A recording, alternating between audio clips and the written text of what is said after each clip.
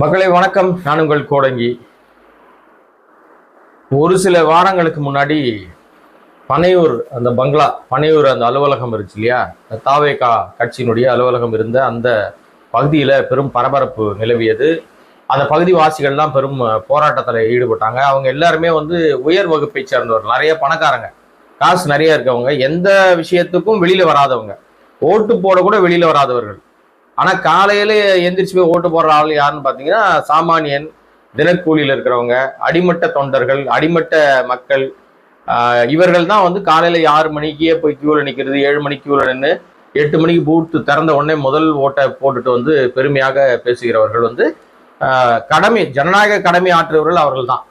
ஆனா இந்த எதற்குமே வராத எலைட் பீப்புளா இருக்கிற அந்த பனையூர் வாசிகள் ரோட்ல இறங்கி கொடை பிடிச்சிக்கிட்டு ஒரே பயங்கரமா கலாட்டா பண்ணது தாவேகா கட்சியினர் மீது இருந்த அந்த பெரும் கோபத்தை தான் வெளிப்படுத்தினாங்க. என்ன காரணம், எதுக்காக அவங்க அதெல்லாம் பிரச்சனை பண்ணாங்க அப்படின்னா, அவங்க எல்லாருக்குமே தெரியும், தாவேகா விருப்ப மனுக்களை விநியோகம் பண்ணாங்க.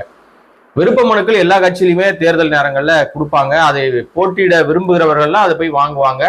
அப்புறம் அவங்க போய் அதை திருப்பி சப்மிட் பண்ணுவாங்க. ஸோ இந்த நடைமுறை எல்லா கட்சியிலுமே இருக்கு. தாவேகா எதுலையுமே ஸ்பெஷல், அவங்க அப்படிதான் சொல்லுவாங்க. நாங்க எல்லாத்திலையும் மாற்று சிந்தனையோடு இருப்போம், நாங்க வித்தியாசமானவர்கள் அப்படின்னு சொல்லி. இவர்கள் ரொம்ப ஸ்மார்ட்டா செய்யறேன்னு சொல்லி தப்பு தப்பா செஞ்சு அசிங்கப்படுவாங்க. ஆனா கீழே விழுந்தாலும் மீசையில மண்ணோட்டலன்னு அசிங்கத்தை தொடச்சிக்கிட்டு அடுத்த கட்டத்தை நோக்கி மறுபடியும் திருப்பி அதே தவறை தான் தொடர்ந்து செய்வாங்க. இப்ப இந்த விருப்ப மனு விநியோகத்திலும் இவர்கள் பெரிய சாதனை செய்ததாக வெளியிலாம் சொன்னாங்க. என்ன சொன்னாங்கன்னா, ஒரே நாளில் 50,000 மனுக்கள் விற்று இருந்தது. மனு கிடையாது, இந்த பிரச்சனை எல்லாம் வந்தவொடனே, பனையூர் வாசிகள் பிரச்சனை வந்தவொடனே, மனு இனிமே நாங்க அலுவலகத்துல தரமாட்டோம், ஆன்லைன்ல டவுன்லோட் பண்ணீங்கன்னு சொன்னாங்க. அதற்கு பல விதிமுறைகளை வச்சிருந்தாங்க. நம்ம சொன்னோம், நம்மளே அது சம்பந்தமாக நிறைய வீடியோக்கள் போட்டிருந்தோம். அதுல ஆன்லைன்ல அந்த மனுவை நீங்க டவுன்லோட் பண்ணோம்னா, நான் தாவேகாவில் இணைந்து விட்டேன் அப்படின்னு நீங்க பாக்ஸை டிக் பண்ணாதான் மனு உங்களுக்கு டவுன்லோட் ஆகும். ஒரு பித்தலாட்ட அரசியலை தாவேகா செய்தது. அது எப்பவுமே அப்படிதான், இது வரைக்கும் பித்தலாட்ட அரசியல் தான் பண்ணிட்டு இருக்கு. அது அரசியல் தான் பண்ணல, பித்தலாட வியாபாரம் பண்ணிட்டு இருக்கு. இப்போ விருப்ப மனுவை 100 ரூபாய்க்கு வித்தானுங்க. எல்லா கட்சியிலும் அப்படி நடக்காது. இவர்கள் அதுலயும் வித்தியாசம். 100 ரூபாய்க்கு வித்தாங்கன்னு பொறிக்கடலை கிடைக்குது, இல்லைன்னா பிளாக்ல டிக்கெட் கிடைக்குது அப்படின்ற மாதிரி சினிமா டிக்கெட் நினைச்சுக்கிட்டு விஜயனுடைய படத்துக்கான டிக்கெட் போல இருக்குன்னு சொல்லி கூட்டம் கூட்டமா 100 200 அப்படின்னு சொல்லி மனுக்கள் வாங்கிட்டு போனாங்க. அந்த கட்சியினுடைய ஒரு வீணா போன ஒருத்தர் இருக்காரு, நிர்மல் குமார்னு, பொய்யா பேசிட்டு இருக்கிறாள். அவர் வெளியில சொன்னாரு, 10,000 மனுக்கள் நாங்க வித்துட்டோம் 1.5 மணி நேரத்துல அப்படின்னாரு. அப்புறம் பார்த்தா அது மாலைக்குள்ள 50,000 மனுக்களை விற்று தீர்த்தோம், நாங்க பெரிய சாதனை பண்ணோம், 1 லட்சம் இலக்கு எங்களுக்குன்னாங்க. சரி, ஓகே. அவங்க ஆர்வத்தின் மீதினால எல்லாம் 100 ரூபான்னு மொத்தமா வாங்கிட்டாங்க. வாங்கன்னு போனவனுக்கு தான் அதை படிச்சு பார்க்கும்போது தான் தெரியுது அவனுக்கு அதுல பெரும் சிக்கல் ஒண்ணு இருந்ததுன்னு. ஏன்னா நீ திருப்பி கொடுக்கணும்னா பொது பிரிவா இருந்தா 10,000 ரூபாய் கட்டு, நீ பட்டியல் பிரிவா இருந்தா SC/ST வகுப்பை சேர்ந்தவர்களா இருந்தா நீ 5,000 ரூபாய் கட்டு. சோ இந்த 100 ரூபான்றது சும்மா டோக்கன். 50,000 மனு 100 ரூபாய் அப்படின்னா ஒரே நாளில் 50 லட்சத்தை ஆட்டைய போட்ட கணக்குல வந்துருச்சு. எப்படின்னா அந்த கணக்கை என்ன கணக்கு காட்டுவாங்கன்னு நீங்களே புரிஞ்சுக்க வேண்டியதுதான். இது இல்லாம ஒரு மனுக்கு 10,000 ரூபாய் அல்லது 5,000 ரூபாய். இது மனு திரும்பி வந்தா கட்டணும். கட்டினாதான் விருப்ப மனு நேர்காணல்லாம் நடத்துவாங்க. அதுல கட்டினவங்களை மட்டும் தான் கூப்பிடுவாங்க.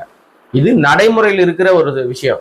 பட் இந்த கட்சிக்கு தான் நடைமுறையும் தெரியாது, ஒரு கன்றாவையும் தெரியாது, ஒரு வழக்கண்ணையும் தெரியாது, எந்த இழவும் தெரியாது. கூட்டத்தை கூட்டிக்கிட்டு கும்மால் அடிச்சு நெரிசல்ல மயங்கி விழுந்தாலும் கண்டுக்காம தெரிச்சு ஓடக்கூடிய கூட்டம். இப்ப இந்த விருப்ப மனு வாங்கிட்டு போனால 50,000 பேரும், இந்த 50,000 பேர்ல அட்லீஸ்ட் நான் ரொம்ப ரொம்ப குறைவாக ஒரு கணக்கு சொன்னா கூட ஒரு 5,000 மனுவாவது திரும்பி வந்திருக்கணும். எவ்வளவு மனு? அதுல இருந்து ஒரு 10%, 50,000 மனு. இவங்க 1 லட்சம் மனு இலக்குறாங்க, அதெல்லாம் வேணாம், அதெல்லாம் டுபா குரு பொய். ஆதவனுடைய அமாவாசை ஆதவனுடைய புழுகு மூட்டையினுடைய அடுத்த லட்சணம் அது, அதை விட்டுருங்க.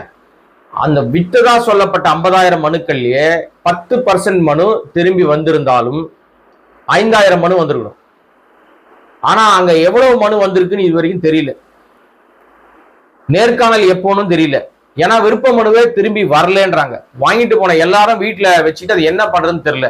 அவங்க என்ன நினைச்சிட்டாங்கன்னா, இதை வாங்கிட்டா விஜய் நம்மளை நேரடியா கூப்பிட்டு பேசிடுவாரு, அல்லது விஜயோட நின்று நம்ம போட்டோ எடுத்துக்கலாம், அதற்கான ஒரு வாய்ப்பு நமக்கு வந்துருச்சு, இதுதான் அதுக்கான டிக்கெட்டு, என்ட்ரி டிக்கெட் இதுதான் போல இருக்கு, 100 ரூபாய்க்கு தானே வித்துருக்காங்க, வாங்கடா ஒரு 10 டிக்கெட்டை வாங்க, 50 டிக்கெட்டை வாங்க, அப்படின்னு சொல்லி எல்லாரும் பொதுமக்கள்லாம் வாங்கிட்டாங்கன்னு ஒரு புருடா வேற கலப்பி விட்டானுங்க. வாங்கிட்டு போனவன அங்க போய் எல்லாமே 10,000 கட்டு 5,000 கட்டினோட பதறி போய் மாவட்ட செயலாளர் கூட திருப்பி கொடுக்கல.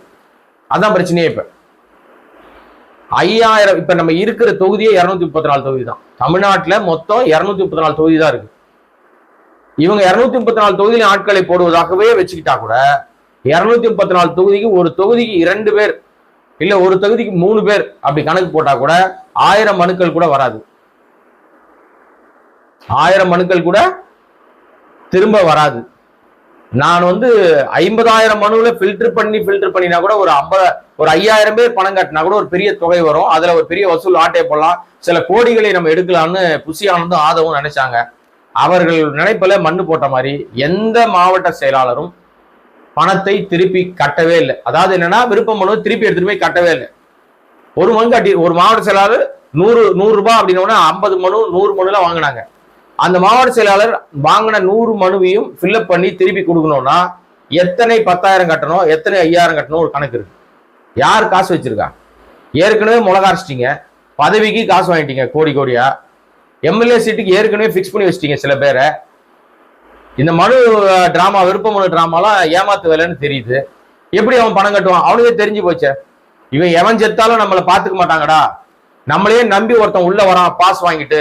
கடைசியில அந்த சுராஜ் செத்து போன விஷயத்துல என்ன சொல்லிட்டானுங்க, அவன் வடக்கத்திய, அவனுக்கு எங்களுக்கு சம்பந்தமே கிடையாது, அவன் நாங்க பாஸ் கொடுக்கவே இல்லை, எங்களுக்கு அதுக்கு தொடரவே இல்லை அப்படின்னு அநியாயமாக ஒரு குடும்பத்தை நடுத்தரில் இருக்கிற பெருமை தான் விஜய்க்கு சேரும். விஜய் தான் இதுல நம்ம குற்றம் சாட்ட முடியும். இந்த மானங்கட்ட விஜய் இது சம்பந்தமா இது வரைக்கும் வாய் திறக்கவே இல்லை. அதுக்கு இடையில விஜயை கேவலப்படுத்துற மாதிரி நயினார் நாயகத்துல ஒரு பிரச்சனை பண்ணார். திரிஷாவோட இணைத்து பேசினார். அது உண்மையா பொய்யா நமக்கு தெரியாதுங்க, அது அவங்க மாநில பர்சனல் நம்ம பேசுறது இல்லைன்றதுனால. அப்படி இணைச்சு பேசும்போது சூடு சொரணே இல்லாம அது குறித்து எந்த விதமான எதிர்வினையும் ஆற்றாதவர் தான் விஜய்.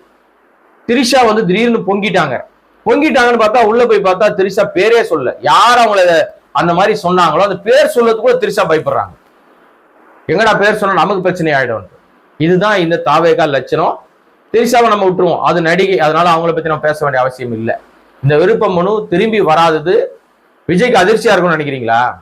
அவருக்கு என்ன அதிர்ச்சி? என்ன நடந்தாலும் அவருக்கு கவலை இல்லைங்க. ஏன்னா அவர் இது கட்சியா நடத்தல, ஒரு கார்பரேட். காசு பறிக்கிறது மட்டும்தான் அவங்க வேலை. ஏமாத்துவாங்க, பொய்யான விஷயங்களை சொல்லுவாங்க, ரசிகர் தலையில மிளகா அரைப்பாங்க. இந்த ரசிகர் குஞ்சுமணிகளுக்கும் ஒரு மண்ணும் தெரியாது, மண்டையில மசாலா கிடையாது, பூரா தற்கூரி கூட்டம். விஜயை பாக்குறதுக்காக அது என்ன ஒன்னா செய்யும். ஒரு 200 ரூபா சினிமா டிக்கெட்டையே 2,000 ரூபாய்க்கு 3,000 ரூபாய்க்கு பிளாக்ல டிக்கெட் வாங்கி பாக்குற கூட்டம் 100 ரூபாய்க்கு மனு வித்தா வாங்காதா? அப்படிதான் அவங்க டிசைன் செய்யப்பட்ட ஒரு விஷயம் என்னன்னா, விஜய் பெயரில் என்ன கன்றாவிய சொன்னாலும் விஜய் அதை சொல்லிட்டா நம்பிக்கிட்டு கண்ணை மூடிட்டு கடிவாளம் கட்டின குதிரை மாதிரி ஆத்துல குதிக்கிற கூட்டம். குதிச்சா செத்து போயிடுவோன்னு கூட தெரியாது, இவன் காப்பாத கூட வரமாட்டான் அப்படின்னு கூட தெரியாது. இதுதான் அந்த தற்கொலை கூட்டத்தினுடைய மிக முக்கியமான ஒரு விஷயம். அதனாலதான் 100 ரூபாய் சொன்ன உடனே கூட்டமா அலமோதி இடிச்சு நெருக்கி தள்ளி அங்கே சில மயக்கம்லாம் நடந்தது, வெளியில தெரியல. இதெல்லாம் வாங்கிட்டு போயிட்டானுங்க. வாங்கினவங்கள இந்த பக்கம் திருப்பி வரல, திருப்பி ஒப்படைக்கிறதுக்கு. இதுவரை இத்தனை பேர் வந்தார்கள் என்று சொல்வதற்கு கூட ஆள் இல்லை, டேட்டா கிடையாது. ஏன்னா யாருமே திரும்பி ஒப்படைக்கவே இல்லை. அதனால தேமுதிகவில் இப்போ தேமுதிக பாருங்க, அது அது சம்பந்தமா அடுத்து இதோட தொடர்ந்து அதை சொல்ல போறேன். அதனால அது முன்னாடி வந்துருச்சு. தாவேகால இப்போ பெரும் குழப்பம் நிலவிட்டு இருக்கு. ஏன்னா கட்சி கூட்டணிக்கு ஒருத்தனும் வரல, தனியா தான் நிக்கணும்ன்ற கண்டிஷன் ஆகி போச்சு. 234 தொகுதிக்கு கேண்டிடேட்டே கிடையாது. இப்ப அதான் பிரச்சனை. இவங்க செலக்ட் பண்ண கேண்டிடேட் சில பேரை மட்டும் பணக்காரனையா பார்த்து பிடிச்சிருக்காங்க. ஒரு பக்கம் அந்த காலேஜ் ஓனரு, ஒரு பக்கம் அந்த பஸ் ஓனரு, ஒரு பக்கம் இந்த இவனுக்கு ஜால்ரா அடிக்கிற கும்பல். எனக்கு தெரிஞ்ச இந்த தேர்தலில் ஆதவ் போட்டியிட மாட்டாருன்னு நினைக்கிறேன். ஏன்னா அவருக்கு தெரியும் நம்ம நின்னோம்னா டெபாசிட் கூட வாங்க மாட்டோம்னு. ஏன்னா ஆதவுடைய மாமியார் இருக்காங்கல்ல, லீமா ரோஸ் மார்டின், அவங்க இப்ப ஏடிஎம்கில் போய் சேர்ந்தாங்க. புள்ள பாண்டிச்சேரியில் ஒரு கட்சி ஆரம்பிச்சிட்டாரு, அம்மா அதிமுக சேர்ந்தாங்க, இவரு தாவேக்கால இருக்காரு ஆதவ். விளங்கிரும் அந்த கட்சி அப்படின்றீங்களா? நான் என் வாயால் அதை சொல்லுவாங்க. அவங்க அங்க போயிட்டாங்க. அதனால இவர் தேர்தலில் நிற்காமல் மற்ற வேலைகள் எல்லாம் செய்வாருன்னு தான் தெரியுது. என்ன நடக்கும் அப்படின்றத பொறுத்து பார்ப்போம். விருப்ப மனு வராதது தாவேக்கால பெரும் சலசலப்பை ஏற்படுத்தி இருக்கிறது. எப்படியாவது வந்து ஒரு பெரிய கூட்டத்தை காட்டணும், மறுபடியும் விருப்பமனு திருப்பி கொடுத்துட்டாங்க அப்படின்னு சொல்லி ஒரு சீன் போட்டு நேர்காணல் நடத்துவோம்னு சொல்லி ஒரு டிராமா பண்ணுவதற்கு தாவேகா தரப்பு தயாராயிட்டு இருக்கு. இதுவரைக்கும் யாரும் விருப்பமனுவை பணம் கட்டவில்லை, அதற்கான எந்த ரசீதும் வெளியில போடல. நான் பணம் கட்டினா ரசீது கொடுப்பானுங்கல்ல, இப்ப நம்ம சொல்றோம் பணமே அங்க கட்டல எவனுமேனு. துணிச்சல் இருந்தா நான் இதெல்லாம் கட்டியிருக்கேன்னு ஒரு 100 பேர் போட சொல்லுங்க பார்ப்போம். 100 பேர் வந்து எல்லாத்துக்கும் வந்து பதிவு போட்டு அப்படியே புலகாயுத அடைய ஆர்கஸ் அடைகிறானுங்கல்ல. தாவேகா விருப்பமனு கேட்டிருக்கேன், நான் இந்த தொகுதி கேட்டிருக்கேன், இந்த தொகுதி கேட்டிருக்கேன்னு போடுவதற்கு தாவேகா அந்த ரசிக குஞ்சுமணிகளுக்கு துணிச்சல் இருக்கானா? கிடையாது. ஏன்னா போட மாட்டாங்க, எவனுமே பணம் கட்டல, அதான் பிரச்சனையாங்க. ஓகே, எனிவே இதுதான் தாவேகா நிலைமை. இப்ப தேமுதிக வருவோம். தேமுதிகவும் விருப்பமனு வந்து விநியோகம் பண்ணாங்க. முதல் நாள் ஒரு பெரிய பரபரப்பு கிரியேட் எல்லாம் பண்ணாங்க. அதுக்கப்புறம் மறுநாள் வந்து அடிச்சுது, வாங்க ஆள் இல்லாம போச்சு. அப்புறம் அதுக்கு ஒரு உருட்டுனானுங்க. என்னன்னா நாங்க வந்து அது வந்து ஜோசியம் பாக்குறோம், இந்த அஷ்டமி நவமி இதுல வரமாட்டோம், யமகண்டம் அந்த இதுன்னு ஏதோ ஒரு காரணத்தை சொல்லி விருப்பமனு வாங்காத அடிச்ச காரணத்துக்கு உருட்டி பார்த்தானுங்க. அப்புறம் கடைசியில வந்து திரும்பி இவங்களே ஒரு செட்டப் பண்ணி மறுபடியும் விருப்பமனு வியாபாரம் ஆகிற மாதிரி எல்லாம் சீன் போட்டாங்க. அதுவும் வந்து பெருசா செல்ஃப் எடுக்கல. விருப்பமனுக்களை திரும்ப ஒப்படைக்கிற விஷயம் வந்தது இல்ல. அப்ப பாத்தீங்கன்னா ஒரு 10 பேருக்கு மேல வந்து ஒப்படைச்சாங்களான்னு தெரியல. அதுல இவங்க பிளான் பண்ணது என்னன்னா, கேப்டன் பெயரில் முதல் மனு, கேப்டன் செத்து போய் எத்தனை ஆண்டுகள் ஆச்சு நீங்க முடிவு பண்ணுங்க. அப்புறம் வந்து 2வது மனு வந்து பிரேமலதா, 3வது மனு அவங்க பையன் விஜய பிரபாகரன், குடும்பமே வந்து மனு போட்டிருக்கு. அவ்வளவுதான், ஓகேவா? இப்ப அதுக்கப்புறம் வந்து சில கட்சிக்காரங்களை வந்து மனு கொடுத்துருக்காங்க. இங்க 234 தொகுதிக்கும் மனு வாங்குறதா சொன்னாங்க, வாங்க ஆள் இல்ல. வித்தாங்க, வாங்க ஆள் இல்ல. இப்ப நேர்காணலுக்கு தேதி அறிவிச்சிட்டாங்க. கூட்டணி இன்னும் முடிவு பண்ணல, யார் கூட நிக்க போறோம் எல்லாம் முடிவு பண்ணல. இப்ப ஜக்கிக்கு போனாங்க, அங்க போய் இவங்க வந்து ஈஷா மையத்துல போய் இருந்து அங்க வேலுமணியோட பேச்சுவார்த்தை நடத்திருக்காங்க, எல்முருகனோட பேச்சுவார்த்தை நடத்திருக்காங்க. நமக்கு தெரிந்து இப்ப ராஜ்யசபா எம்பி தேர்தலும் அறிவிச்சிட்டாங்க. 4 திமுக, 2 வந்து அதிமுக. இந்த 2ல 1 கிடைக்குமா, 4ல 1 கிடைக்குமான்னு தேமுதிக காத்துக்கிட்டு இருக்கு. ஆனால் இது வந்து ஆரோக்கியமான அரசியல் இல்ல, அயோக்கிய அரசியல். நீ ராஜ்யசபா சீட்டு கொடுத்தாதான் நான் வந்து உனக்கு சப்போர்ட் பண்ணுவேன், கூட்டணியில் நிப்பேன்னு சொல்றது அயோக்கியத்தனமான அரசியல். அதுதான் வந்து நல்ல அரசியல்னு அவங்க நினைச்சிட்டு இருக்காங்க. ஆனா அதிமுக 2025லயே வந்து ஒரு அறிக்கை ஒண்ணு வெளியிட்டாங்க. என்னன்னா, வருகிற 2026 ராஜ்யசபா தேர்தல் நேரத்தில் போது தேமுதிகவுக்கு ஒரு இடம் ஒதுக்கப்படும் அதிமுக சார்பில் அப்படின்னு எடப்பாடி முன்னரே அறிவித்திருந்தார். பட் இப்போ அவங்க எடப்பாடியோட கூட்டணியில் இல்லை, அப்ப கூட்டணியில் இருந்தாங்க 25ல. அந்த அடிப்படையில அவங்க வந்து அவர் வந்து அறிவித்திருந்தாரு. அந்த கடிதத்தையும் போடுறேன் பாருங்க. ஆனால் இப்ப தேமுதிக தனியா நிக்கிறாங்க. திடீர்னு ஸ்டாலினை பாராட்டுறாங்க, அந்த அவரு பட்ஜெட் உரை குட்டி பாராட்டுறாங்க, நல்ல திட்டங்கள்லாம் வந்தா நல்லது தானேன்றாங்க. 50-50 மார்க் கொடுக்குறாங்க திமுக அரசுக்கு. அப்புறம் வந்து அதிமுக சேருவீங்களான்னு கேட்டா, அது இப்ப ஒண்ணும் நான் இப்ப மக்கள் விரும்புற விஷயங்கள் இல்ல, என்னுடைய கட்சிக்காரன் விரும்புற கூட்டணியோட நிச்சயமாக கூட்டணி அமைப்பேன்னு பேசுறாங்க. ஆனா 234 தொகுதிக்கு வேட்புமனு வாங்குறேன்றாங்க. அதுவும் பாதி பேர் வாங்க வரல, விருப்ப மனு திருப்பியும் கொடுக்க வரல. இதுக்கு இடையிலேயே விருப்ப மனு கொடுத்தவர்களுக்கு நேர்காணலுக்குன்னு ஒரு டேட் அறிவிச்சிட்டாங்க. இன்றைய கூட்டத்தில் அதை அறிவிக்கிறாங்க. 20ஆம் தேதி, 21ஆம் தேதி, 22ஆம் தேதி, இந்த 3 நாட்களிலும் விருப்ப மனு கொடுத்தவர்கள்ட்ட நேர்காணல் அப்படின்னு சொல்லி அறிவிச்சிருக்காங்க. எவ்வளவு பேர் வேட்புமனு வாங்கினாங்கன்றதை நிச்சயமா அன்னைக்கு நம்ம பார்க்க முடியும்.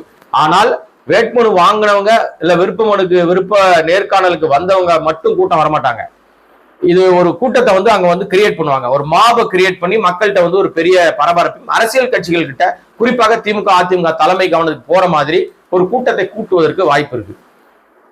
எங்க கிட்ட பாருங்க, மறுபடியும் பெரிய செல்வாக்கு இருக்குன்னு சீன் போடுவதற்கு வாய்ப்பு இருக்கு. திட்டமிட்டு இப்பவே மாவட்ட செயலாளர்கள் எல்லார்கிட்டையும் அவங்க வந்து வாய்மொழியாக நீ ஏன் திருப்பி ஒப்படைக்கல, மனு வாங்கவும் இல்லை ஒப்படைக்கவும் இல்லை, என்ன பிரச்சனை அப்படின்னு கேட்டிருக்காங்க.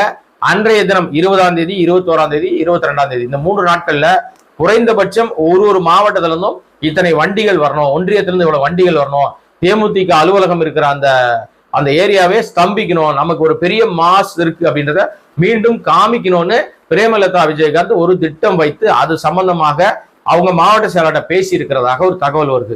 ஏன்னா ஒரு மாதிரி ஒரு கிரியேட் பண்ண, அவன் வரானோ வரலையோ ஒரு 10-50 வண்டியை நிப்பாட்டிருங்க, நிப்பாட்டினா டிராபிக் ஜாம் ஆயிடும், அப்ப நம்ம எல்லார் கவனத்தையும் ஈர்க்க முடியும். ஏன்னா கோயம்பேடு என்பது வந்து பிரதானமான ஒரு நெருக்கடி மிக்க ஒரு இடம். அது வந்து வாகனங்கள் வந்து ஆயிரக்கணக்கில் ஒரு நாள்ல வந்து கிராஸ் ஆகும். அந்த இடத்துல வந்து ஒரு 10 வண்டி நிறுத்தினாலே முடிஞ்சு போச்சு, டிராபிக் ஜாம் ஆயிடும். இதையெல்லாம் வருகிற நாட்கள்ல செய்வதற்கு அவங்க திட்டம் வச்சிருக்காங்க. அதன் மூலமாக மாற்று கட்சியினர் பார்வை வந்து தேமுதிக மீது விழும். ஆஹா பரவாயில்லையே இவ்வளவு கூட்டம் இருக்க, ஆஹா இவங்களை நம்ம கூட்டணியில எடுத்துடணும்னு அவங்க முடிவெடுப்பாங்கன்னு இவங்க நம்புறாங்க. இந்த நம்பிக்கை பொய்க்குமா நிலைக்குமா அப்படின்றத அந்த நாட்கள் நடக்கிற நிகழ்வுகளை வச்சு நம்ம பார்க்கலாம். இதுக்கு இடையிலேயே திமுகவுடைய 4 அந்த ராஜ்யசபா எம்பி சீட்டுக்கான ஆட்களை திமுக ஏற்கனவே முடிவு செய்து விட்டதாக சொல்லப்படுது. அந்த 4ல 3 பேர் திமுக ஆட்கள், ஒரு சீட்டு மட்டும்தான் கூட்டணி கட்சிக்கு ஒதுக்குவதற்கு வாய்ப்பு இருக்கு.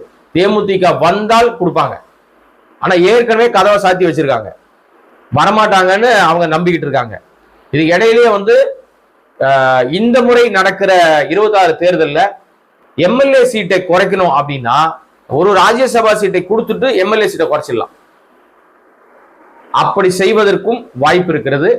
அது அந்த ஒரு சீட்டு யாருக்கு போகும்? காங்கிரஸுக்கு போகுமா, விடுதலை சிறுத்தைகளுக்கு போகுமா, இல்ல அந்த கட்சியோடு இருக்கிற வேற ஏதாவது ஒரு கட்சிக்கு வழங்குவார்களா? ஏன்னா அதிமுக வைகோ இருக்காரு, வைகோ கொடுப்பாங்களா, வைகோ மீண்டும் வந்து அவங்க வந்து எம்பி ஆக்குவார்களா? இப்படிலாம் பல விஷயங்கள் இருக்கு. என்ன நடக்குது அப்படின்றத பொறுத்து தான் பார்க்கணும். அதிமுக சார்பில் இருக்கிற 2 அந்த ராஜ்யசபா எம்பி சீட்டுக்கு ஏற்கனவே வந்து அன்புமணியை உள்ள வச்சிருக்காங்க. ஜி.கே. வாசன் கேட்டுக்கிட்டு இருக்காரு. இப்ப தம்பிதுரையுடைய அந்த பதவி காலம் முடியுது. அவர் வந்து senior most ADMK leader, MGR காலத்துல இருந்து இருக்கிறவர். அவருடைய அந்த சீனியாரிட்டிக்கு டெல்லி முகமாக துணை சபாநாயகர்லாம் அவர் உட்கார்ந்துருக்காரு. டெல்லியில வந்து அவருடைய முகம் வந்து அதிமுக முகம் அப்படின்னு அறியப்படுறதுனால அவருக்கு மீண்டும் வாய்ப்புகள் வழங்கப்பட்டா ஒண்ணுதான் எக்ஸ்ட்ராவா இருக்கும். அந்த ஒண்ணு யார் கொடுக்க போறாங்க அப்படின்னு தான் கேள்வி. ஒண்ணு அது பிரேமலதா கட்சிக்கு, அதாவது தேமுதிக கட்சிக்கா, அல்லது வந்து ஜி.கே. வாசனுக்கா, அல்லது அன்புமணிக்கா, யாரு கொடுக்க போறார் எடப்பாடி அப்படின்றத ஒரு பெரிய குழப்பம் நிலவுது. என்ன நடக்குது அப்படின்றத பொறுத்துறது தான் பார்க்கணும். இதுதான் இப்ப இருக்கிற சூழலினுடைய நிலவரம். விருப்பமனு வராததுனால, விருப்பமனு திரும்பி வராததுனால அங்கே ஒரு சலசலப்பு ஏற்பட்டிருக்கு. இவர்கள் நேர்காணலுக்கு தயாராயிட்டாங்க, ஆனா விருப்பமனுவே பெருசா வியாபாரம் ஆகல. அது என்ன நடக்க போகுது அப்படின்றத இன்னும் பல்வேறு கேலி கூத்துக்கள்லாம் வந்து இன்னும் அரசியல் அரங்குல எல்லா கட்சிகளிலுமே நடக்கும். அது என்னென்ன நடந்துகிட்டு இருக்கு, என்ன போயிட்டு இருக்கு அப்படின்றத பொறுத்திருந்து பல்வேறு விஷயங்களோடு உங்களை மீண்டும் சந்திக்கிறேன். நன்றி. அதுவரை இப்ப இந்த வீடியோவை சப்ஸ்கிரைப் பண்ணாம பார்த்துட்டு இருக்கிற என்னுடைய அன்பு நண்பர்கள், பார்வையாளர்கள், சப்ஸ்கிரைப் பண்ணீங்கன்னா இன்னும் பல்வேறு விஷயங்களை பேசுவதற்கு வாய்ப்பாக அமையும். நன்றி, வணக்கம்.